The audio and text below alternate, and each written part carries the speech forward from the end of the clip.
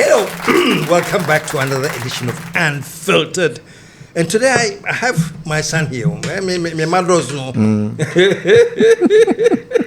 I have my son here. Show some love. Listowell in the house. Listowell, welcome to the show again. Thank you. Good Godfather. Good to. This is a father and son thing. Yes, it's a father and son. I mean, we are trying to be very identical also with our fugu. You see, what a coincidence. Yes. Okay, there, folks. You know, Mother's Day is around the corner, and you know, Cactus Creek is the destination for Mother's Day. You have to be there. But before I tell you what we have planned for Mother's Day, take a look at this.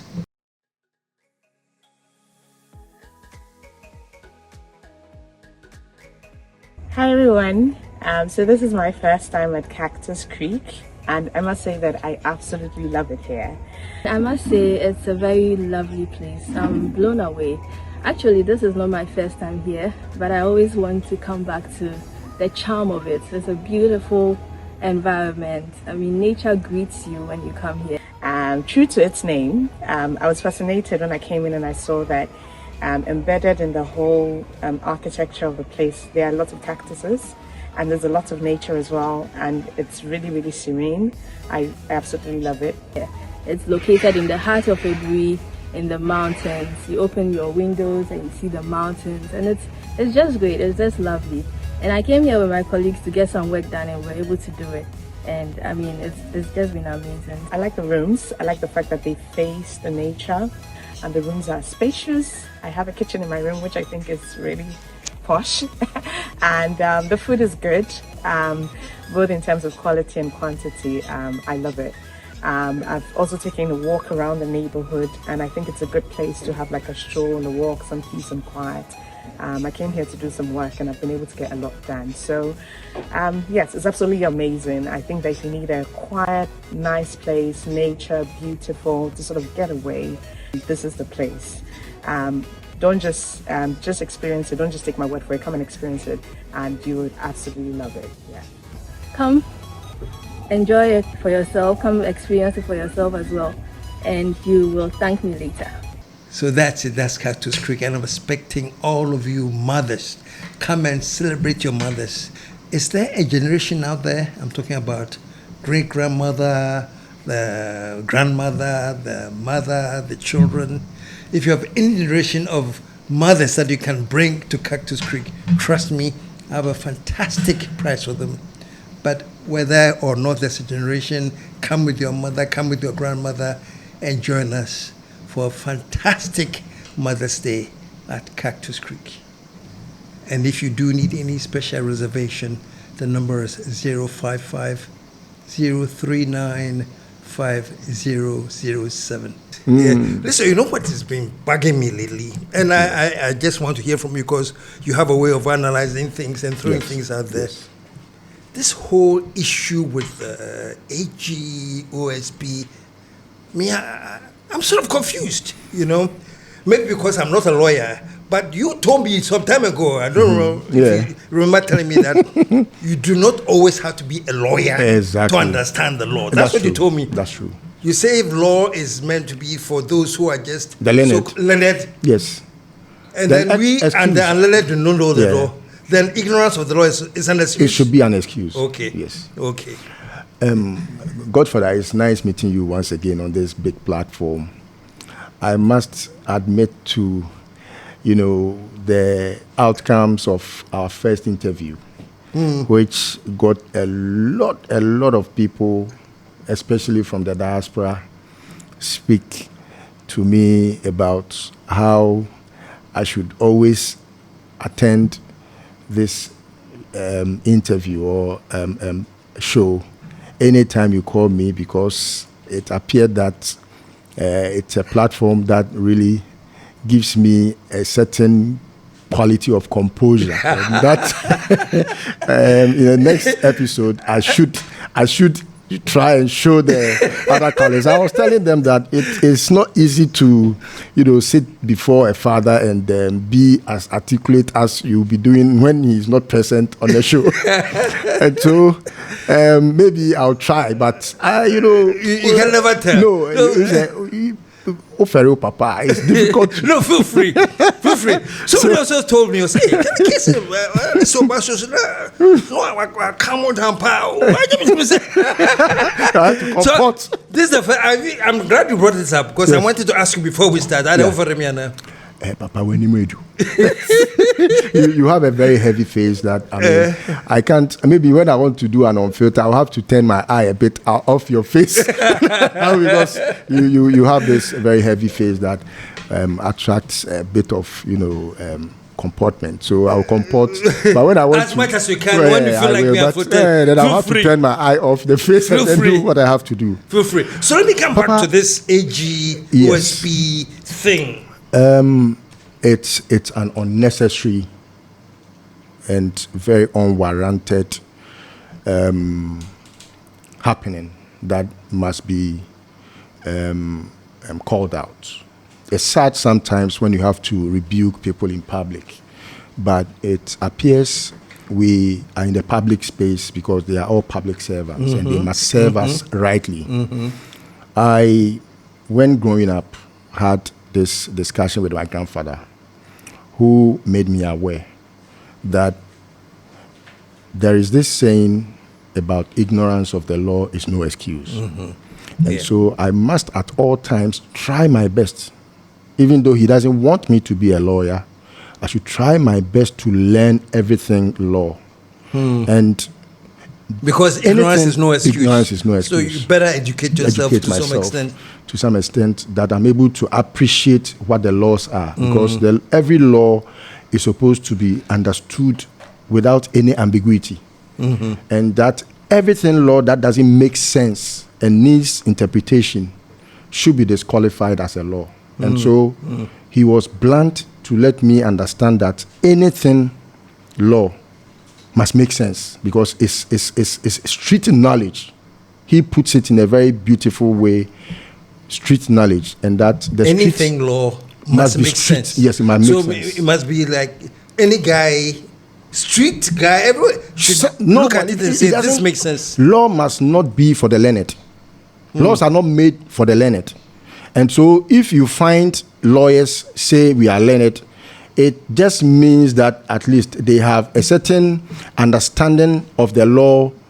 Then you tell me that the learned who knows the law or who may have read the law and understood the law, and I, perhaps the one that has no idea about anything education, ignorance of the law is no excuse to me, the downtrodden. And it's also not an excuse to the one that is also up there in terms of education.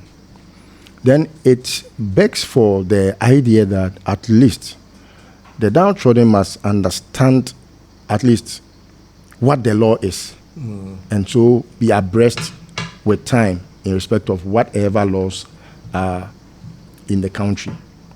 So if you realize during the putting together of the 1992 Constitution, there is this whole talk about Jomfoma, painters, and those people were part of the, the team that made the Constitution possible.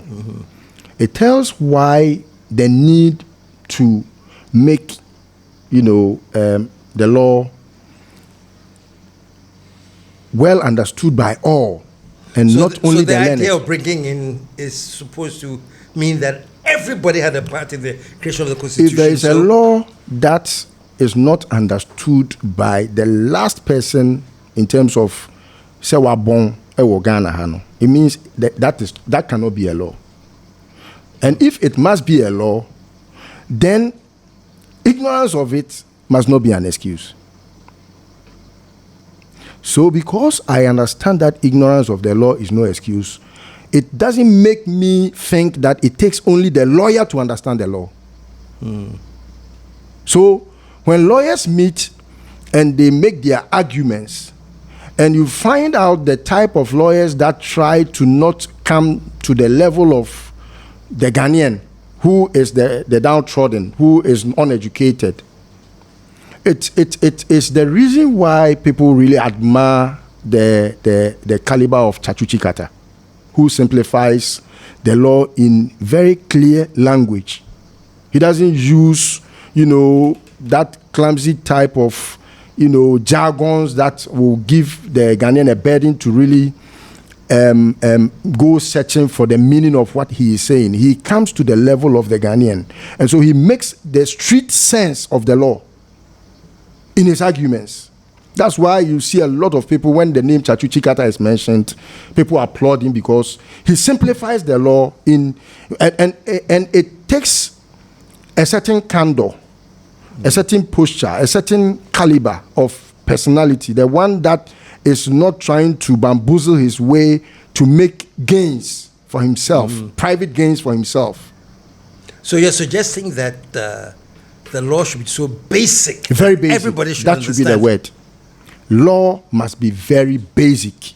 So everybody it shouldn't be cumbersome. It shouldn't be tedious to understand. If it is tedious to understand, then it means that ignorance of it must be an excuse. It means I must school to understand the law before I cannot falter. That is how my grandfather trained me to understand the law. So, in all that I do, I go to the basics of the law. What the downtrodden must understand. Let me throw this as an example there. Let me see what you think of it. Okay, somebody downtrodden. Yes. He steals a mobile phone. Yes. He's going for 7 years. 7 years. Straight up. Straight.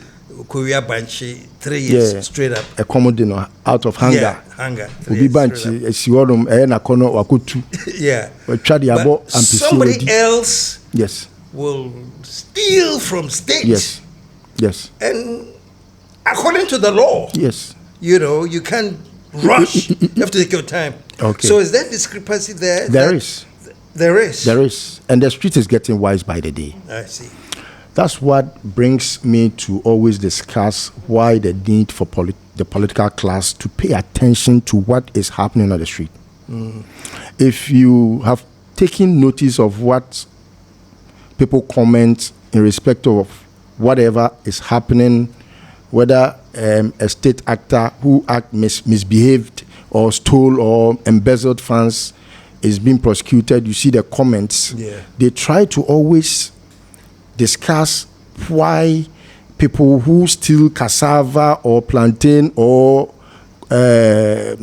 petty thieves are just easily thrown into prison, but hardened criminals who steal with a pen are sophisticated with a certain element of, I know someone from the top, let me go and speak to him to get my case resolved without having any punishment. A time is coming, the political class will see a certain antagonism, which antagonism will make politics in this country very difficult. Because the street is getting wise by the day, and a time will come, the one that you think does not know the law will take the law into his hands and will misbehave with the law, and the judge cannot even prosecute him because the judge cannot even have access to that his courtroom to adjudicate.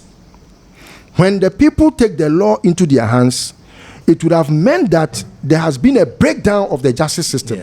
And do you think this breakdown can occur so long as the street does not understand what is going on? Yes, because there is this gap, very wide gap, of the upper class and the lower class, which segregation is causing the downtrodden, the lower class, to believe that the upper class is getting sophistication and manipulating them. And when they get wise to know that, look, the power per the preamble of the Constitution belongs to him, he will now take the power into his hands and take the law into his hands. And that is why I always put this caution that lawyers of this country must behave and not be lawless lawyers. Because it's appearing that they learn the law to become the alpha and omega of everything, so that when they are wrong, they are right. But when the one that hasn't learned the law is wrong, he's wrong. Law must be very basic to the point that when a lawyer makes a judgment, anyone, whether you are a lawyer or not, must understand that this judgment makes sense. Law must make sense. If it doesn't make sense, then it cannot be the law. It's street knowledge. Quick question. So something comes up. Yes. You hire a lawyer. Yes. You hire a lawyer with the hope that they have a particular understanding Yes. of what the law is. So is that not alone ascribing to the lawyers a certain level of understanding that they have that we don't have? Okay. Because they've been to school for So 5, 6, so 10 this years. is this is what is happening in Ghana, for example. In the world, it's not just limited to Ghana. Lawyers are thinking they are doctors. Doctors, by their training, you cannot be a doctor when you have not, gone through that practical training of, for example, if you want to be a surgeon or even a dentist. Say a Napo Nkutuse, and when Napo is going without any knowledge. No. Lawyers must be like the ordinaries in society, because ignorance of their law, which is their profession, is not an excuse. You understand? For example, if lawyers were like doctors, then it will mean that I cannot go to court and defend myself when I don't have a lawyer. But can any human being, by whatever imagination, think that he is not a doctor but he can do himself a surgery? No. You understand? Yeah, I understand. When issues happen and you better understand it and you go to court and you want to defend yourself, you are allowed. It's not by force to always take or engage a lawyer. But doctors, per their profession, you are obliged, except you want to die, you are obliged to allow for a doctor to take you through a surgery. So when you have a society that makes the lawyer think equally like he is like the doctor, or like some professions are very important, but they are not equal to some other professions, which needs a certain, specificity of understanding the scope of how things must happen. That's why I'm putting the doctor and the lawyer in just a position for us to understand that if lawyers behave like doctors, there will be a problem. Yes, it's a profession. It's something that you must understand the scope of how things must happen before you are able to at least adduce your, evidence and arguments and all that for public to understand, the law in proper perspective. There are, for example, shows in Ghana that say Emranes is saying, and what does the law say, like my brother Samson Ayenini and all those people do. They try to bring the law to the understanding of the commoner. That one is a very important thing. So, that said, every law in our constitution that is not understood properly by the commoner, that seeks interpretation, appears not to be a law until it's interpreted. But if you read the constitution properly, the choice of words, the wording of the constitution is very much almost synonymous with the spirit of the word of the constitution. So it's not begging for a lot of understanding when you don't want to skew the law. Because people skew the law to favorite themselves. For example, when MPP is in power, why must the law change? And when NDC is in power, why must the law also change? Then it means that they are playing politics with the law and skewing and scheming, which is very wrong. The law must have only one definition. Whether MPP or NDC, it should give one interpretation. It shouldn't be that because NDC is in power, Article A says A, and so it means A. And when MPP is in power, Article A says B, and it should mean B. No. Article A must always at all times, whether NPP or NDC, mean A. So the law that we all know that, oh, this is the law, whether it's the Constitution, whether it's an act of parliament, whether it's an LI, whether it's an EI, whatever the laws are in Ghana, we must not think that the law must interpret KSM as a human being today, but when, that is when, say, I look at the law, I see KSM as a human being and a godfather, and then when someone like your other sons see you, they will say the interpretation of the law says KSM is not a human being, but he's like a monster, and he's just, like he's somebody, we are better worry. No. The law must give one interpretation, and that should be it. Okay. That is why things like, okay, diversity of the interpretation of the law is something that I don't want to accept. Because if you have a diverse view on the law, and I have a diverse view of the law, then it means that ignorance of the law should be an excuse. Because your diversity on your understanding is not my diversity of my understanding. The law should be one. It should be interpreted one, and it should be one. Yeah. It shouldn't have two different meanings. Yeah, it shouldn't. Yes. Let me pick your brain on this scenario. Okay. Okay, we talked about it before. Yes. Somebody steals a mobile phone. Yes. Straight up, or call court within less than 2 weeks. Yes. He's fined, go to jail 7 years. Yes. Somebody does the same thing for Banshee, the same thing. Yes. Somebody, however, lose the state, but then they tell you, when you're trying corruption, it's different. And it's not like say they bring in the most popular aphorism: the wheels of justice grind slowly. The wheels of justice grind slowly. And it didn't grind slowly when it was about the petty thief. Yes, exactly. So I'm glad you've got that. That's what I was going to ask. Yes. So in terms of the law being street, what is the street supposed to accept? That sometimes for them it's very fast, but for others it must take its time. What is the interpretation of the street? It means that the street, when they get wise, one day very soon, I know, social media will get the street very wise. They will take the laws into their hands, knowing that, look, if someone, for example, has perpetrated crime against humanity, someone has been very, unprofessional as a public servant or a state actor, and has looted the state, like in the case of PDS, which I'm sure we will have to delve into. And that person is walking the streets of Ghana free, knowing that he, the downtrodden, was the one that was robbed of his prepaid money for 8 good months. And the person is walking the streets of this country freely. But when he went out of hunger to steal cassava from Mami Komenu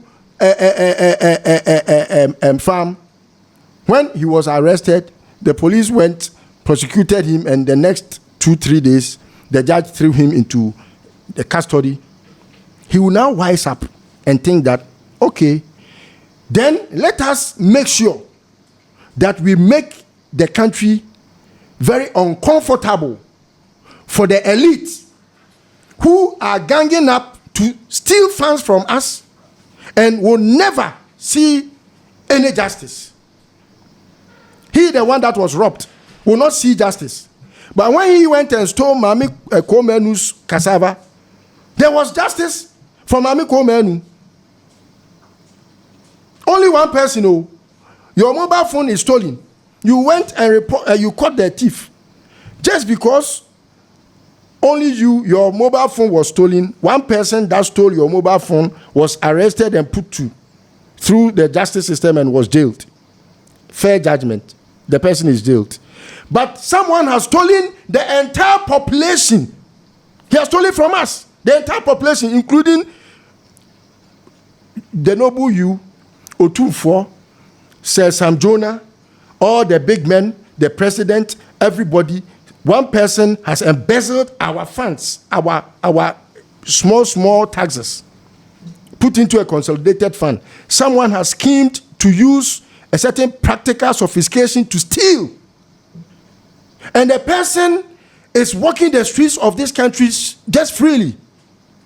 But we are able to shout Juloe, Kronfo, and we go and chase after one person who has stolen one person's item. Sometimes we maim them. Sometimes we kill them. Yeah. We mob action. It happens. But the one that has the pen robs from us and walks the streets freely because he is able to buy justice, procure judgment, not secure judgment, procure judgment. They go to the judgment shop and buy it from the judge. The street will be wise very soon. And they will take the law into their hands when they ought not to have done so, because if the law was working equitably, without any blemish, knowing that it doesn't know KSM, it doesn't know Listowell, it doesn't know anybody, it's able to work. When it's KSM, the law is dealing with him. When it's Listowell, it's not as if because it's KSM, let's give him one slap. But when it's Listowell, because he has got a mustache, give him a very dirty slap. Give him some dirty slaps. But Listowell, then we are talking about something drastic that needs to happen. And I'm talking about drastic in terms of like overhauling the entire legal system then. It's important to do. It's one of the reasons why people believed in John Mahamat's reset agenda. And that brings me to the topic of why I think the AG has not done well in respect of his work. Because he is the number one person who is in charge of justice in Ghana. And you see, when we call you the Minister for Justice, it's not just an accolade. It must come through your deed and your action. He hasn't done well at all. In respect of reset, I think we have him to blame and no other person. He has not reset the justice system. And it's just the ordinary rhetorics that we have known in the past that is playing in a reset regime, which is supposed to be a legacy term of His Excellency John Dramani Mahama. And that makes me very worried because I'm very disappointed. Very disappointed. Are you suggesting perhaps Yes. that under a reset agenda, Yes. the law should not be the law as we know it? Or I heard the president recently Yes. giving an example. Yes. And he said there are certain actions, and he said, for example, if this has happened under a military government, it would have been bam, bam, bam, go to answer. If you can't answer, whatever, face the fire. I also heard the president speak to that. But under a civilian democratic rule, Yes. we have rules and laws that we should abide by. Okay. And so that is what is happening, why many of us seem to think that things are slow. Okay. Hey, democracy is here, Peno. Yeah, democracy in war constitution. We are Rawlings abreso PNDC time. And one say akoche omu na near the omatum. Ne aka se chire at the frontier obetimi aka se sa asemi enya ona oye eno ye frɛ no prove your innocence before we release you. No soldier ban betimi aye. And so democratic government, you say you are innocent until you are proven guilty. And also a constitution asem. Na me ko gina Black Star Square, modest kind no share me sa me swai say constitution no medi so. Enti even though me ankasa me nya ya anka me che omu ina akotum na e che se omu aka say omu di fo ana so omu di bem. And so constitution say I was here ti omu asem na ye hwe say omu di fo a ansa na ya twe omu aso. Enti we dey mesre mo munya abotre na judges na nyo omu adwuma. I have rebuked his assertions. The president should have said same when it was the mobile phone thief. You understand? The political class is not more human than the downtrodden, than the commoner. The political class should stop thinking that they are superior to the people that gave them power. The president didn't think rightly, because why is it that when cases are taken to the circuit courts, the swiftness with which justice is delivered, they also have their rights, for God's sake. The commoner, that petty thief, the pilfer, has a right also. Why don't we look at their rights and we think that the one that is sophisticated with a pen has more rights than the petty thief? It's wrong, and we must call it out. It is like a Jessica on their part to think that the thief, the PDS thief, those that ganged up and stole from the people of this country, have rights, but the mobile phone thief or the one that snatched someone's bag and was caught does not have a right. It's wrong.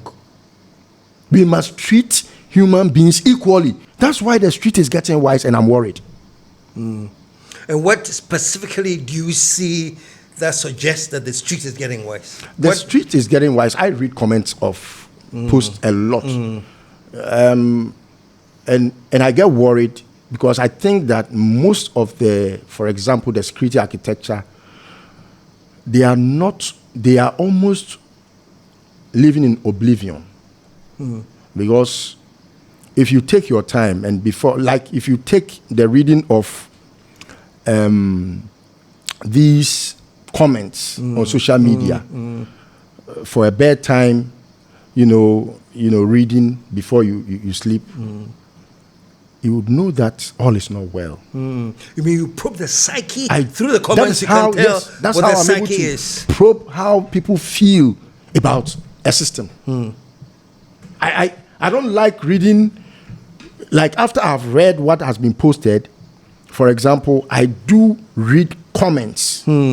Which comments, if, say, the president was reading comments, he will use that to revise most of his notes to not be now giving PR for why criminals have not been arrested.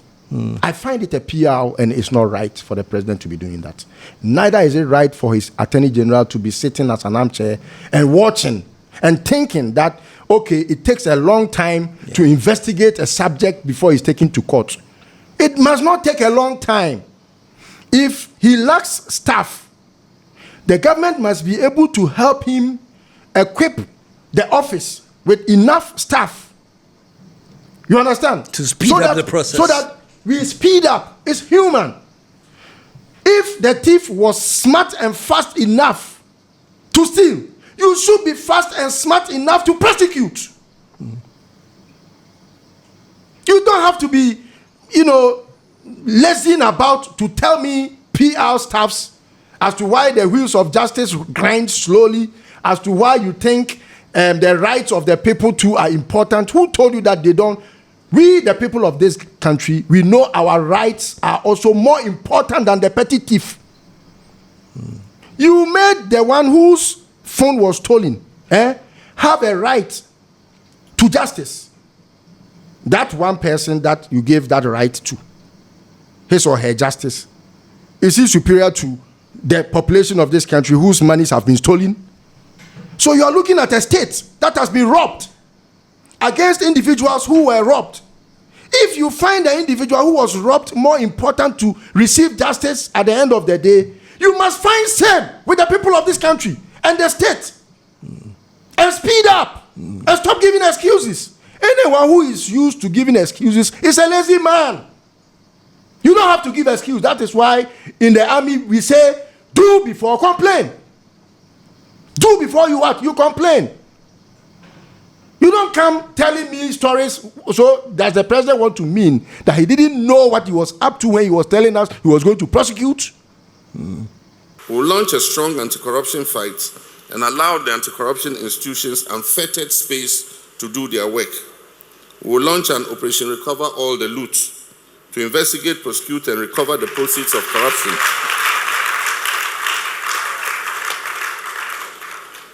To investigate, prosecute, and recover the proceeds of corruption, no person found culpable will be spared.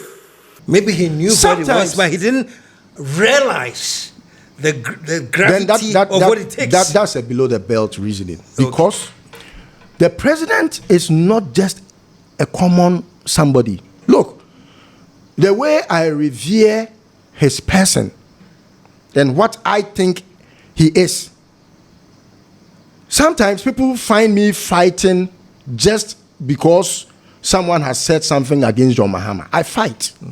Because if you have come closely to know his person, the selfless person he is, the servant leader he is, and he has put out a promise, and the promise seems to have failed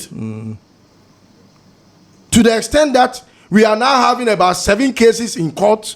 Investigations na ekoso. Me ne oka say your cases by 7 war court. When we were having a litany of about 100 and something cases pending.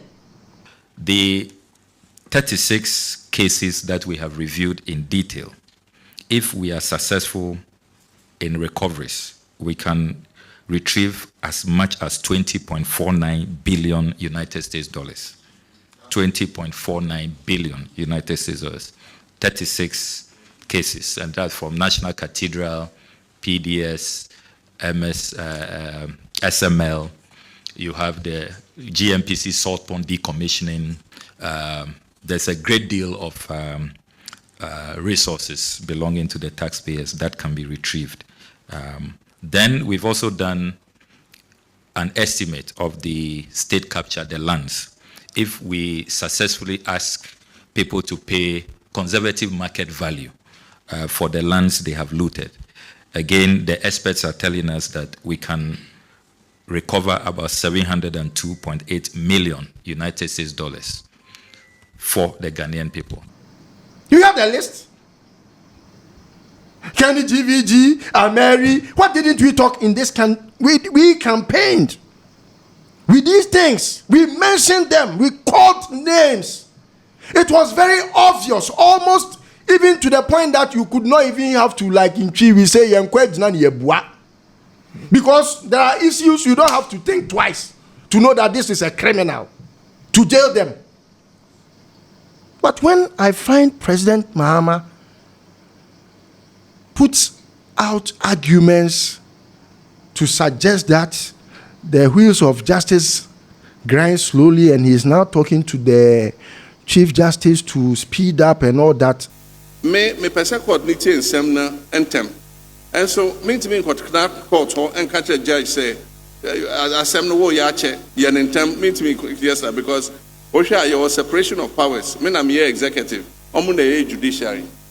And so ye ne Chief Justice akasa say na be ya one ne judge for no betimi ahwe na e chese cases no omo tie entem na se nipa ni defo a na yenim ne be no, so odi bem so a na eja no ko ni baby. No, these things you don't tell the public. Tell about action. Let them see the action. They say action speaks louder than words. So his words are not as loud as we want to see in his actions. That's why some of us are very perturbed. In fact, I was shattered at a point and had given up, and I had put out a statement that I don't think they are able to fight corruption again. That's where and when I saw a certain posture from the Attorney General and his deputy trying to almost make nonsense of the office of the Special Prosecutor, I was shattered. I couldn't believe it. You think it's deliberate? It was deliberate. It is deliberate, and it is very wrong and very unnecessary, highly uncouth of an Attorney General. Because he is supposed to be a lawyer that must understand the law better than me.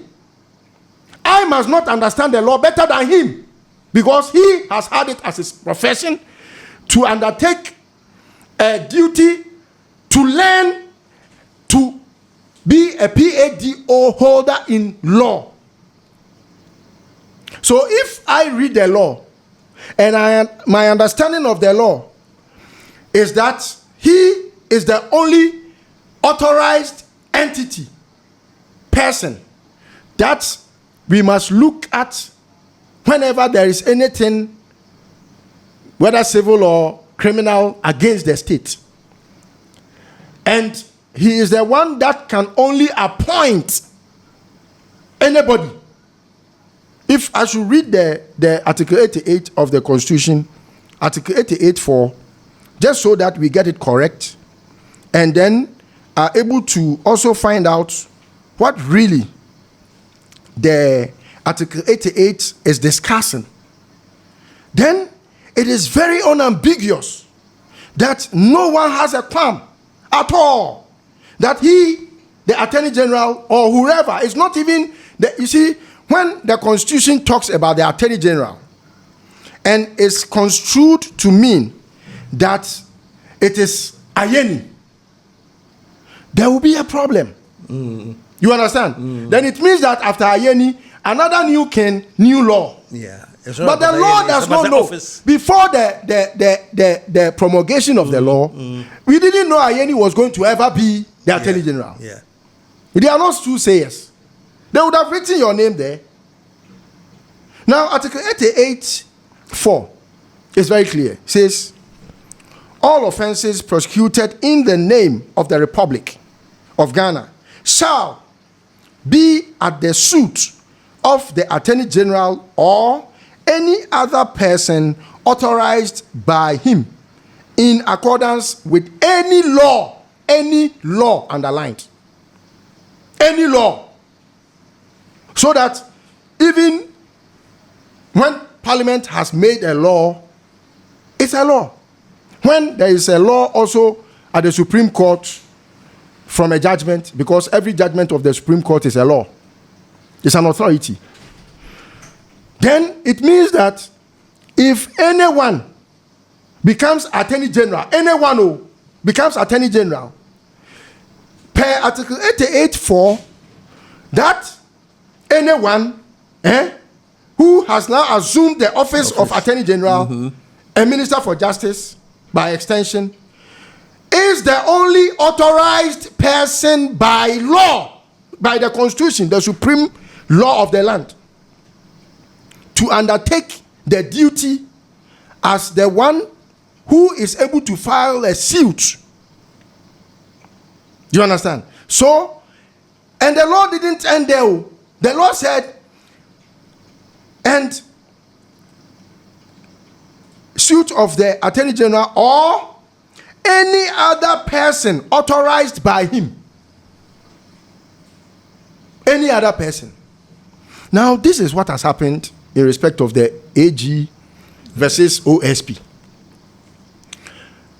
This is Ayeni, who was a boss to Kissie Jabin, in whose firm, Ayeni's firm, Kissie Jabin was working. Like a junior lawyer who has begun his practice, and he has Ayeni, his boss.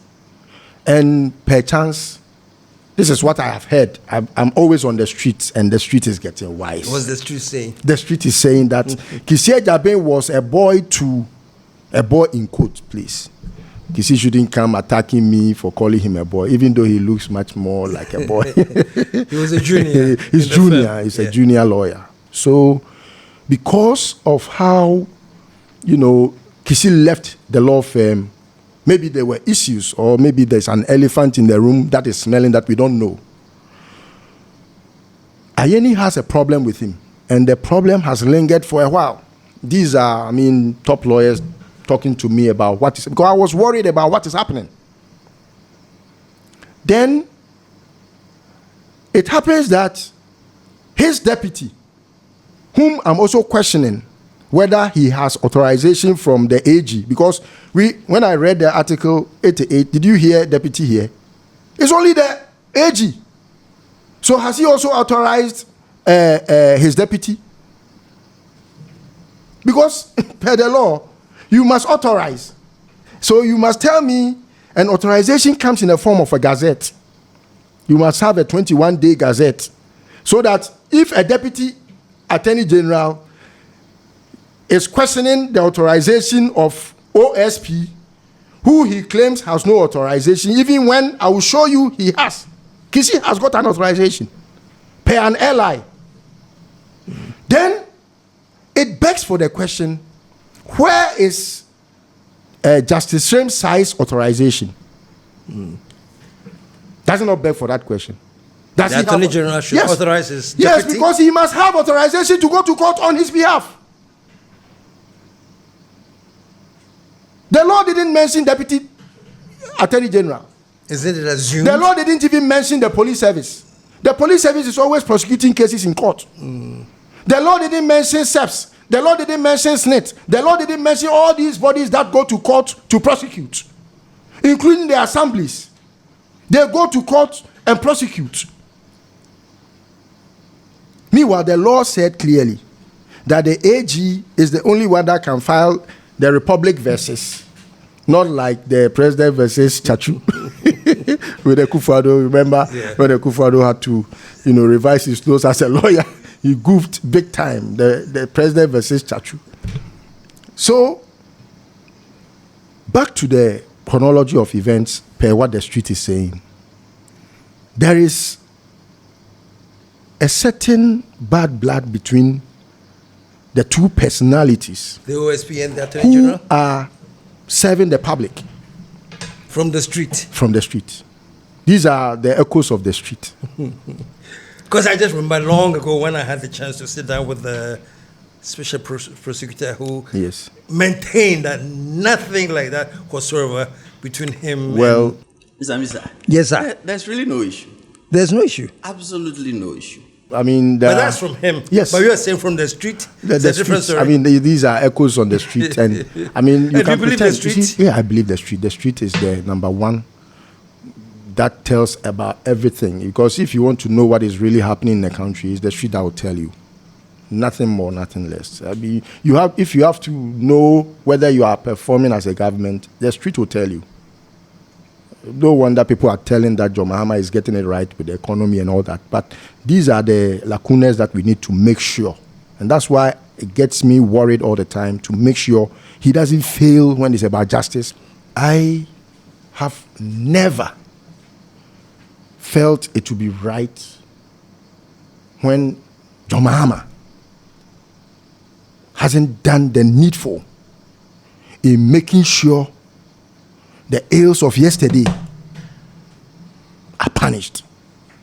Because that's what the street says. On top of all the, icing on the cake they give him in terms of how, cost of living is, and all that he has done, his road constructions. And I mean, recently I saw the roads minister on the street trying to, whip people in line to make sure they don't deviate from the core, a mandate of making sure they put out their best. You take job, you keep it. You are looking for new ones. And guess what? It is not only here you are not working.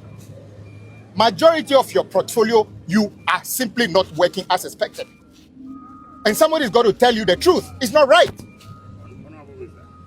Please. We don't do it. 10 kilometers of feeder road, you still are not able. I'll finish by December. December is 5 months away. You still didn't finish on those projects. Somebody's going to tell you what you are doing is not right. You draw down perhaps one of the largest. Your company is one of the largest drawdown on government purse on road. When was the last time you finished any project? Tell me the last time you finished any project that you have been given since in the last 5 years. No. Let me speak to this. The two who are not here. Call them three. Who is also not there? Ganali, M.A. Constant, and M.O. Tell them within 2 weeks. 2 weeks. They should appear on site, and within 2 months, catch up to where they are supposed to be. 2 weeks they are supposed to be. Within 2 weeks they are supposed to be on site and remain on site, and within 2 months, bring the program to where they are supposed to be by now, and get that information to the chief executive of highway within the 2 weeks. If they are when they get to the site, let the chief executive know. If after the 2 weeks they don't turn up, we write and terminate the contract. We're not going to wait for the 2 months at all. These are things that, John Mahama has those things as bonuses. Yeah. Okay. You can't have a John Mahama government not constructing roads or doing, but that is not what the public needs. The public was put through a certain ordeal when they saw a group of criminals, I call them criminals, looting from monies that they were toiling to pay. Funds like COVID levy. The whole world was in a mess. Everyone was shattered, knowing that there was no hope anywhere. And Akufo-Addo and his government, led by Ken Ofori-Atta, who is at large because of his armed robbery against the state, decided that he would tax the Ghanaian who has been impoverished over this infestation or whatever COVID had. So if the Ghanaian has put himself out to campaign, knowing that they were going through an ordeal, and the people didn't even want to think about what next to do for the public or the Ghanaian, but they were only thinking about what next they could steal. And you come and you are telling me the wheels of justice grind slowly. It makes me feel that there are some pastors and chiefs or kings or whatever that are trying to, impose themselves on the president not to attend to his duty. That's because said. That has been suggested.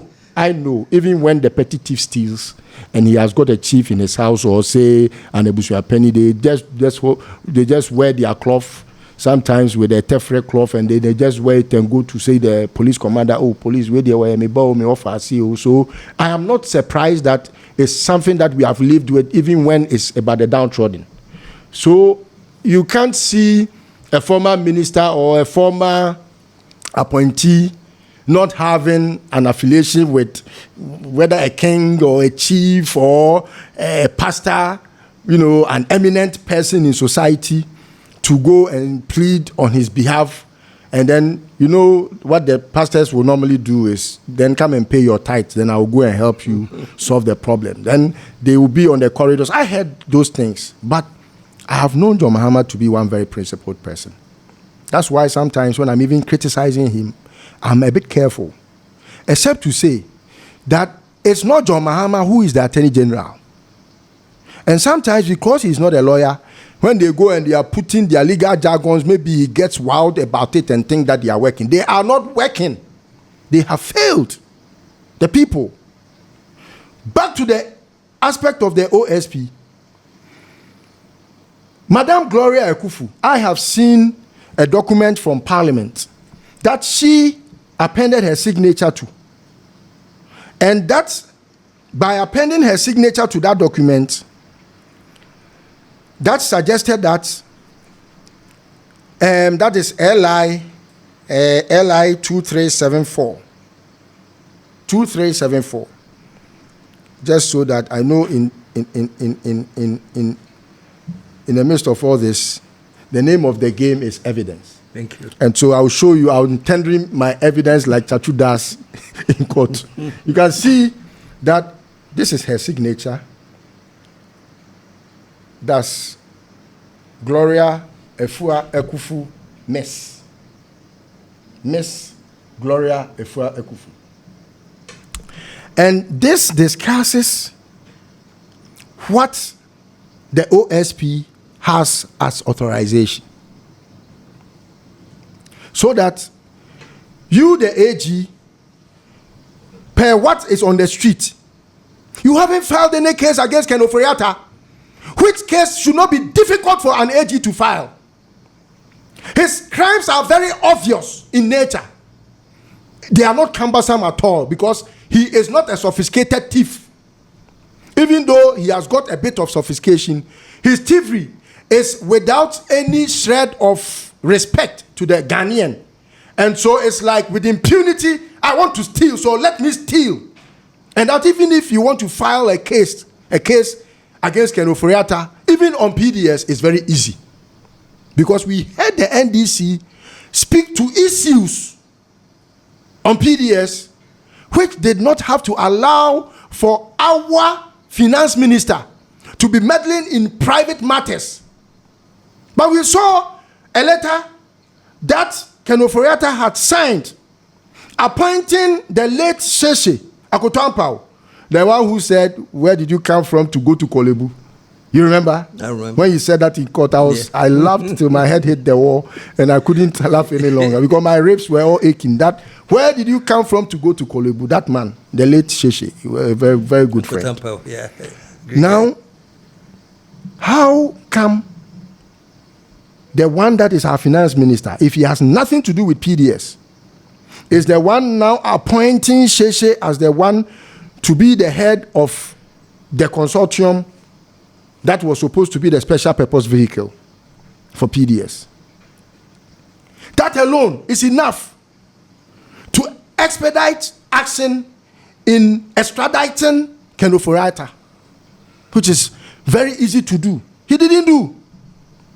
Till now, the OSP is the only one or the only office, and the SP is the only one whose signature is in court prosecuting Ken Ofori-Atta over some scandals.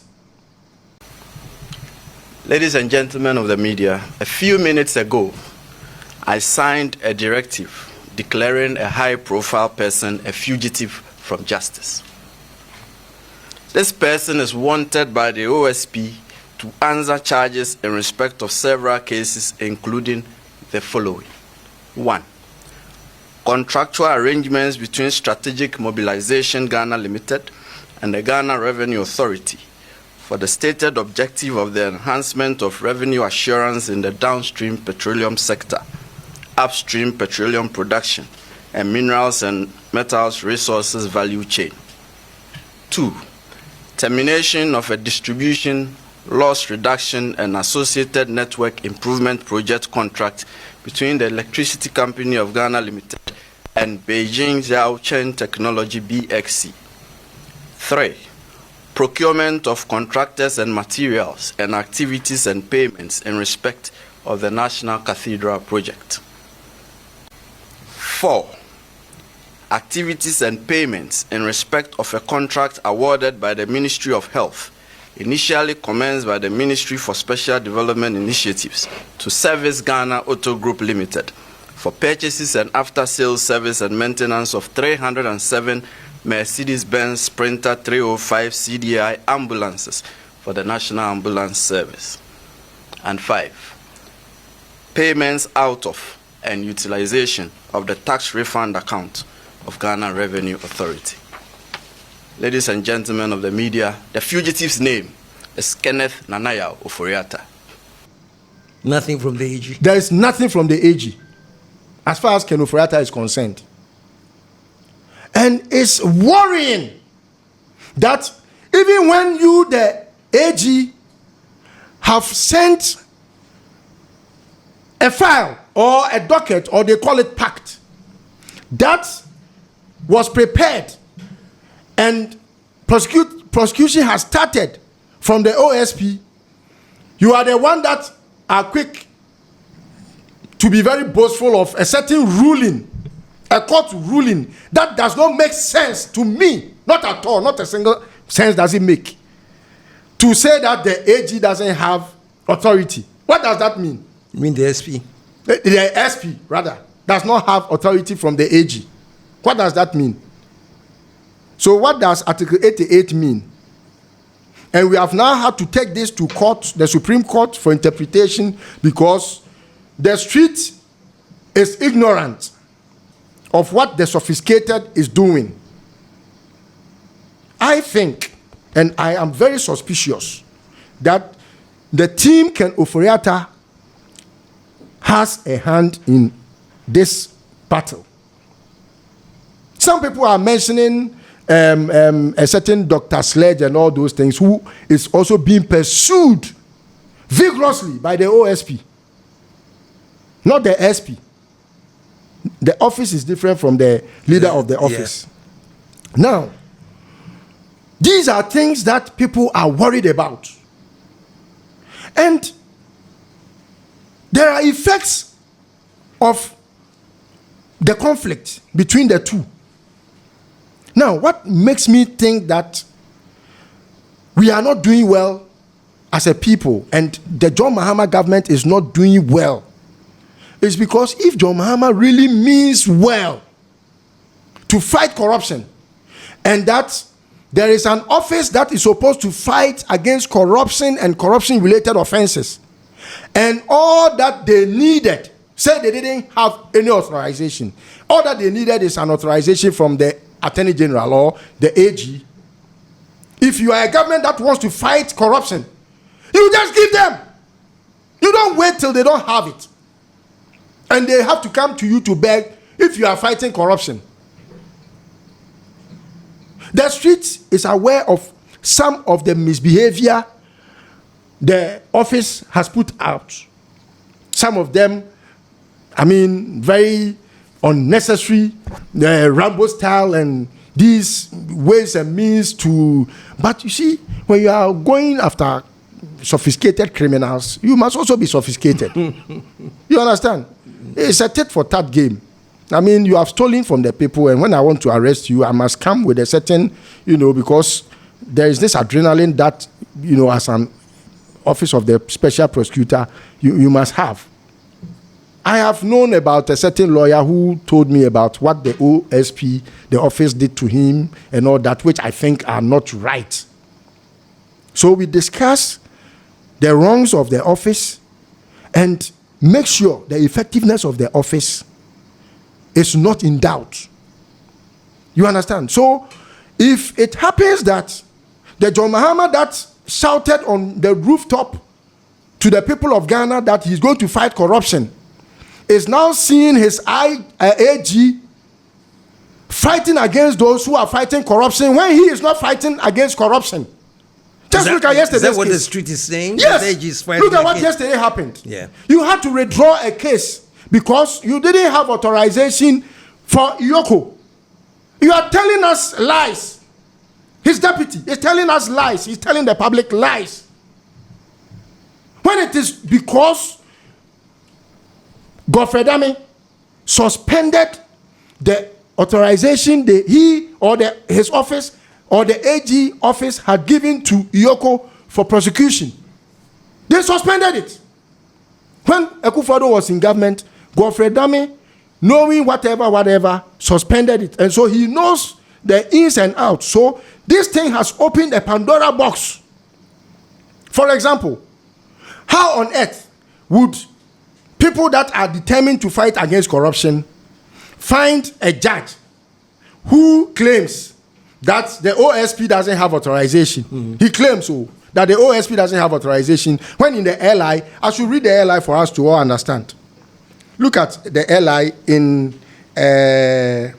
decision to prosecute.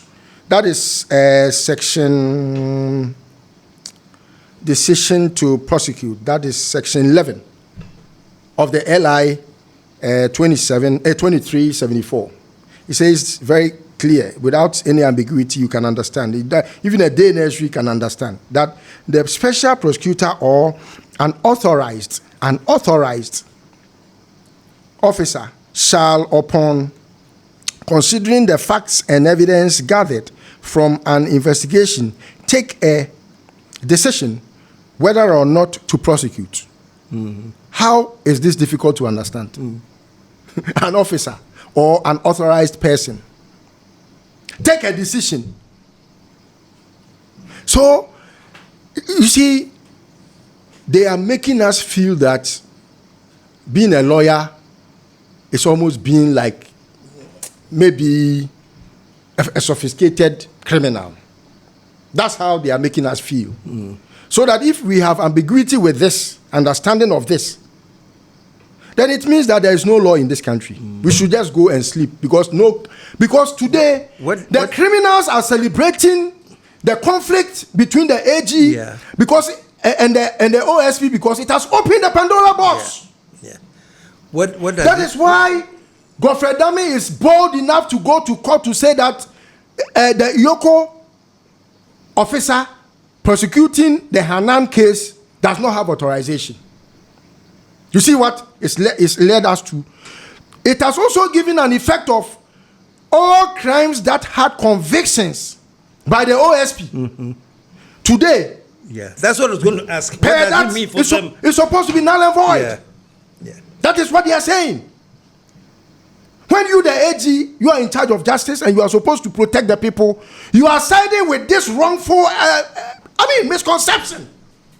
It's bad. It's painful. We are wise. The street is wise enough to understand the scope of what we call the law, because ignorance of it is no excuse. So we are supposed to understand it. It's supposed to be very basic.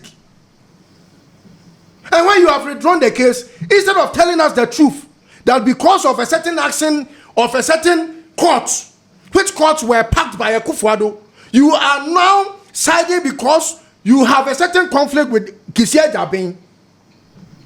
Please. It's sad. It's sad and very worrying that because of your personal cause, the nation must suffer. So the criminals today are in court telling the justices to tell them that they are not criminals anymore, and so they should be acquitted and discharged.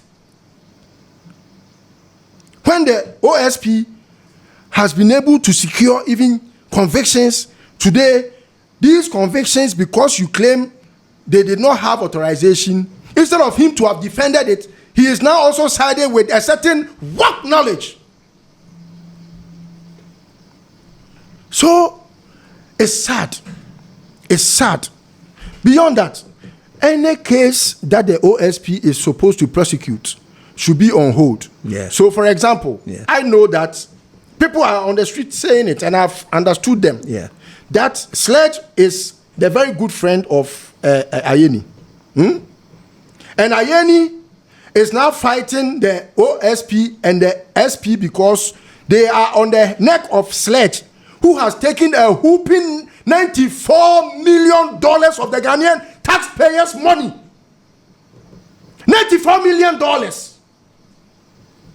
And you want us to leave Sledge off the hook because some party people say he was able to help with the party ABC. $94 million, choppable dollars. How much did he give anybody? How much? Let him come and brag to the world and tell how much he gave to any party person in the NDC. So because of that, because of whatever he gave, so we should leave him and not prosecute him. And because the OSP is chasing after these ones who have stolen from the people, who have embezzled from the people, you want to tell me that it is right to even put a nullity to whatever they have done in past and present. They are in abeyance. They can't even fight anything crime. So what it implies is that the John Mahama government is not fighting corruption and corruption related offenses. Period. They should announce it, and then the public will now go to sleep that the politicians, they will all chop, and then we should forget about them.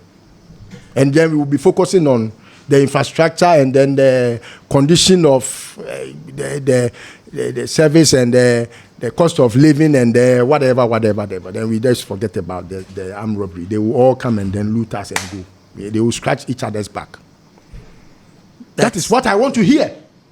So that you don't swindle me and think that I am not wise. So you will come and tell me the wheels of justice. You come and tell me ABC, and we have taken some cases to court, and it's difficult to investigate. Why? What is difficult about investigating someone who has stolen government money when you have a paper trail, you can trace it anyhow?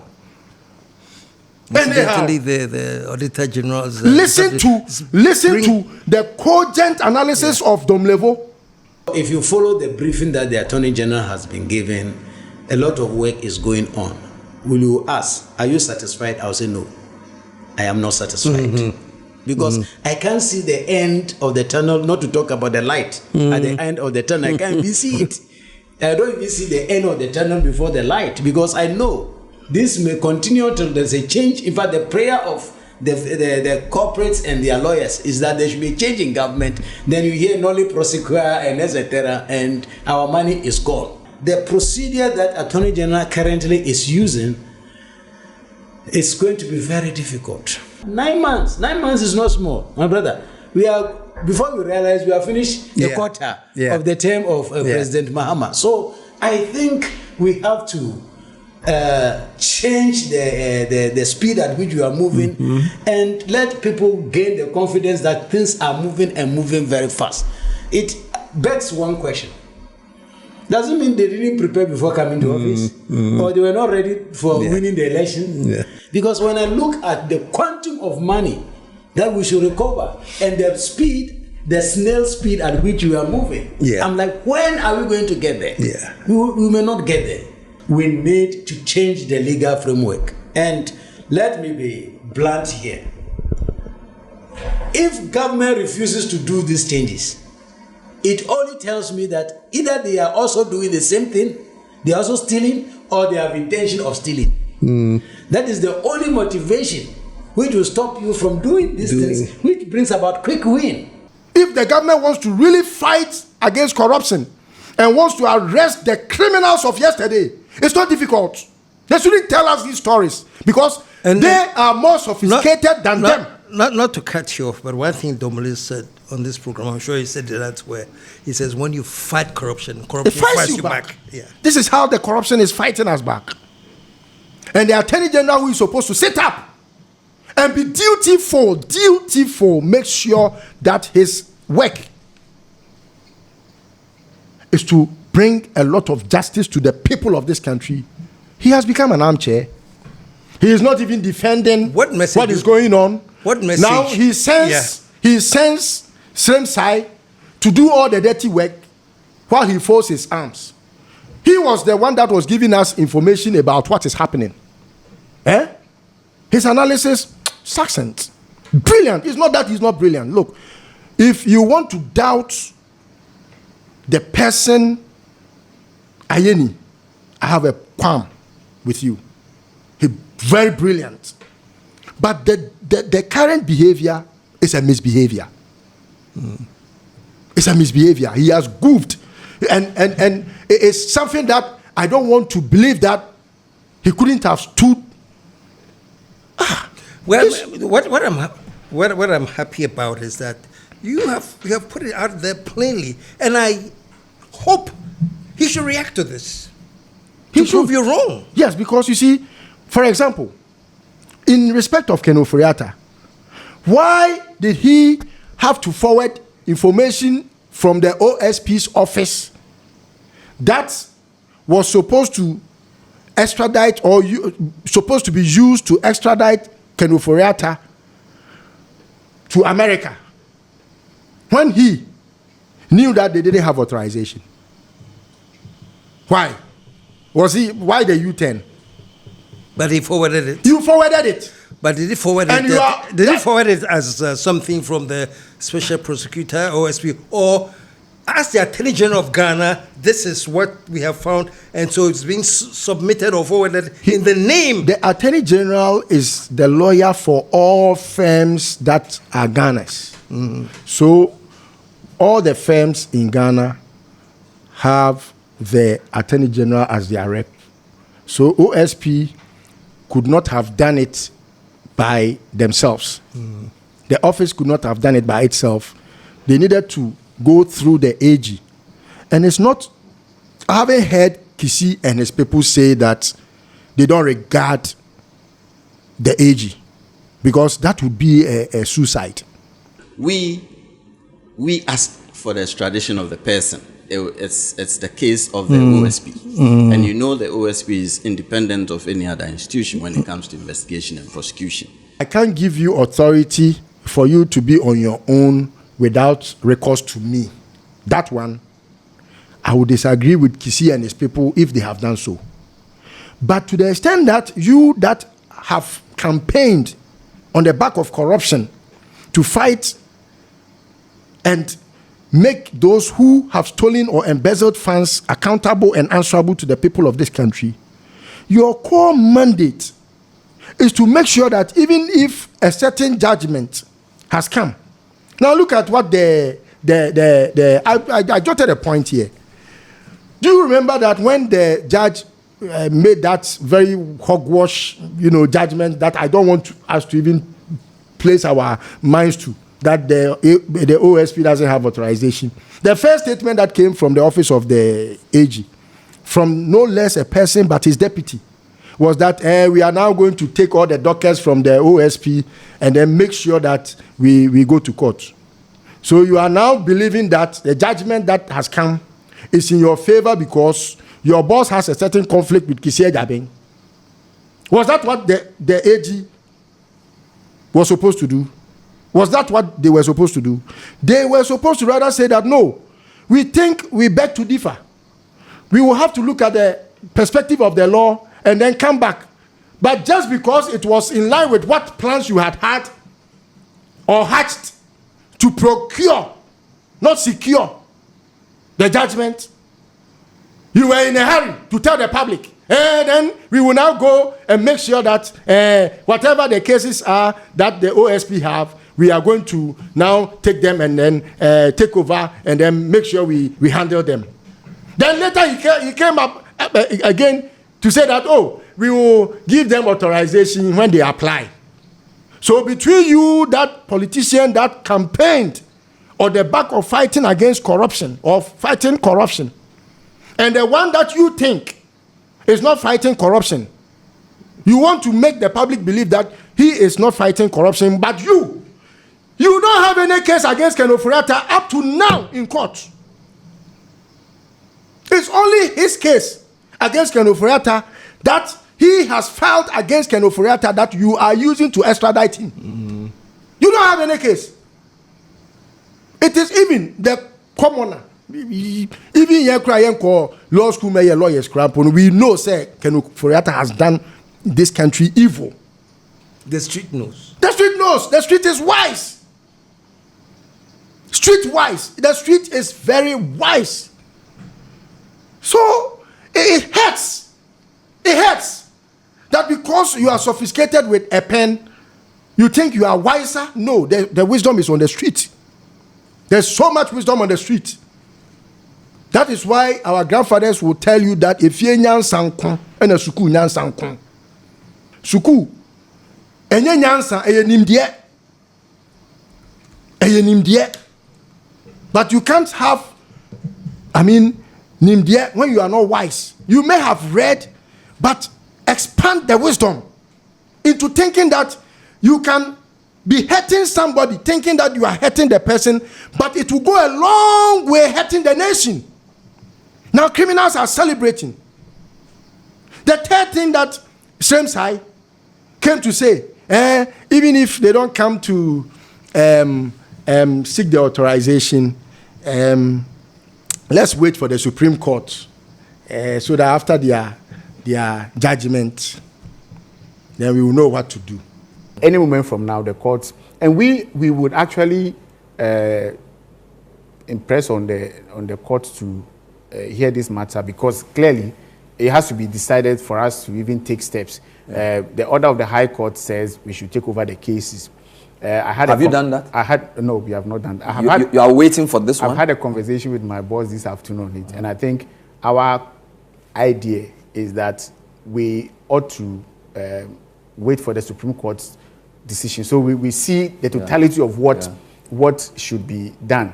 It will be a bit much of a rush to start doing something now when we know that the Supreme Court decision will have a direct impact on what we are doing. So our position this afternoon is that we would wait for the Supreme Court decision. And why must we wait for the Supreme Court?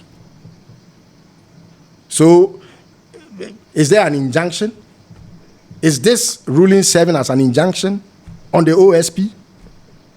Please, they should spare us, they should credit the Ghanaian with a bit of, at least a scintilla of wisdom. We are wise. The street is wise. I like your constant repetition of the street being wise. The street, yes. And I also like the fact that you told me, oh, when I'm with kids, I'm calm, but I say, "Uja no buy." And you, Uja no buy. I can't blame you. Which I like. Because I voted and I wanted. Because there is a total comedy of errors, which comedy of errors must be told in their faces. Yeah. I mean, they should know that they are not wiser than anybody. Yeah. The street is wise. You don't have to be a lawyer to be wise. Yeah. Let's conclude because of time. But one last thing I want to hear from you. This whole, you say that the street is wise and something could happen. I'm hoping nothing. Nothing. We need to advocate. That's why some of us are really advocating. That's what I wanted to make sure we put them on their toes and put their feet to the fire of accountability to make sure that they get it right. Okay. So that we are not able to face any consequence by their lackadaisical attitudes. It's wrong. So in a way, we are coming between the street, and their anger. Yes. To say, let's present something in a more of a form of an intelligent advocacy. Yes. Shall it change these things? Watch these things because it will not bother well with the street. Much more of what I do is to raise these questions and advocacy to prick conscience of those who have been given the roles. Very important. Because you see, I put my face out to campaign for John Mahama, and I believe in the credibility of that person, Mahama. And I know his decisions are very much pregnant with wisdom at all times. He does not just decide. He is one of the very few presidents we have had that applies a lot of wisdom before he decides. And so, if you have been opportuned to be honored, there are so many lawyers in the NDC, astute ones. He is no less. I don't want people to think that I'm trying to question or impugn his credibility of knowledge. No. Dr. Ayeni is a very knowledgeable personality. But I don't like his tendencies. They speak volumes to those of us on the street. We have a lot when it's about the perception. What is going on? And we are wise. The street is wise. So they should stop thinking that we don't know. We know. We know. There are things I can never say here, but we know. We know. I get you to tell me off air. Perhaps. Maybe. And on that note, folks, let us bring this to a close. But this has been really eye-opening. And I'm sure I'll get him back again, especially because... It's sad we couldn't do much on the PDS. Yes. I have you come back. But I should just, maybe by way of signing off, tell the PDF chiefs that Ura Naba, Obeba, Abehwishe, Sikana Mujia, because the 850 million that, they have, by way of transferring the money out of the account, BNI has started. And I want BNI to expand the territories of the criminals to identify them amongst those who have to be arrested and put before the courts. They should expand it should not be limited to persons that they think we should use them as sacrificial lambs. No. There were so many criminals. We heard voices on tape discussing the share of PDS. You can't go below 40. No, sir. At all. Yes. You see, we come far. I'm just trying to. Yes. No, I can't go below the 40. I would rather prefer getting off and just getting something out of it and just getting off. Okay, so I see. It's just to demonstrate that this is for me and it's not for anybody. And that is something I want to just come up very strong on. Yeah. Okay, if that's your final position, then we have to let the others know and Okay, sir. I appreciate it. Thank you very much. Okay. All right. Thank you. That is what brought out this whole thing. You understand? Because it was much to do with who should take what percentage of our loot. Then the arguments were like, okay, say ECG or China, ne yakowiana, me funny na me de ne siama. And I was saying, me penny no, me pe or Chinsen. And I make a kazi a real chain. That's all what PDS is about. Yes, we'll investigate PDS. If I become president, we'll investigate PDS. Especially when it's obvious that persons very close to the president, related to the president, were involved in structuring the PDS deal. And we've heard audio of them in telephone conversations, talking about the shareholding and all that. We've all heard it. I mean, so there's enough evidence to investigate PDS. And the people of Ghana need to know what happened, because this was a situation in which the assets of a state-owned company were being handed over to a private company. As I speak today, for the period that PDS collected money when they were running the ECG, that money that runs in billions of Ghana cedis has not been accounted for. I mean, people cannot just pocket state monies and just walk away free with it. The people of Ghana deserve to know what happened in PDS. And on that note, I'll have you back. 25 billion worth of Listen, an asset. You come back. Okay. Very soon. Since so we can get into this. I've taken your role to be a talkative, I'll be coming. and since now, where your case in the new do, find a bar, that's the most important thing. Okay, there, folks. Mother's Day is around the corner. And Cactus Creek is the destination for Mother's Day. You have to be there. But before I tell you what we have planned for Mother's Day, take a look at this.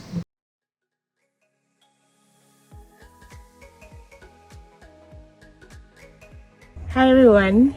So this is my first time at Cactus Creek, and I must say that I absolutely love it here.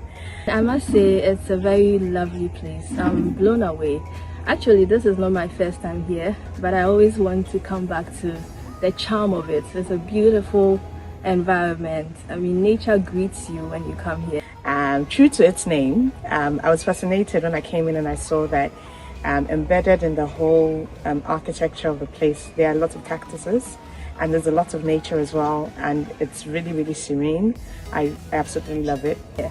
It's located in the heart of Edui, in the mountains. You open your windows and you see the mountains, and it's just great. It's just lovely. And I came here with my colleagues to get some work done, and we're able to do it. And I mean, it's just been amazing. I like the rooms. I like the fact that they face the nature, and the rooms are spacious. I have a kitchen in my room, which I think is really posh. And the food is good, both in terms of quality and quantity. I love it. I've also taken a walk around the neighborhood, and I think it's a good place to have like a stroll, a walk, some peace and quiet. I came here to do some work, and I've been able to get a lot done. So yes, it's absolutely amazing. I think that you need a quiet, nice place, nature, beautiful, to sort of get away. This is the place. Don't just experience it. Don't just take my word for it. Come and experience it, and you would absolutely love it. Yeah. Come. Enjoy it for yourself, come experience it for yourself as well, and you will thank me later. So that's it, that's Cactus Creek, and I'm expecting all of you mothers, come and celebrate your mothers. Is there a generation out there, I'm talking about great-grandmother, the grandmother, the mother, the children, if you have any generation of mothers that you can bring to Cactus Creek, trust me, I have a fantastic price for them. But whether or not there's a generation, come with your mother, come with your grandmother, and join us for a fantastic Mother's Day at Cactus Creek. And if you do need any special reservation, the number is 055-039-5007. Until next time when we come back here with another edition of Unfiltered. Stay tuned, because very soon the fire will be on PDS. Yes. Thank you, man. It's always a pleasure.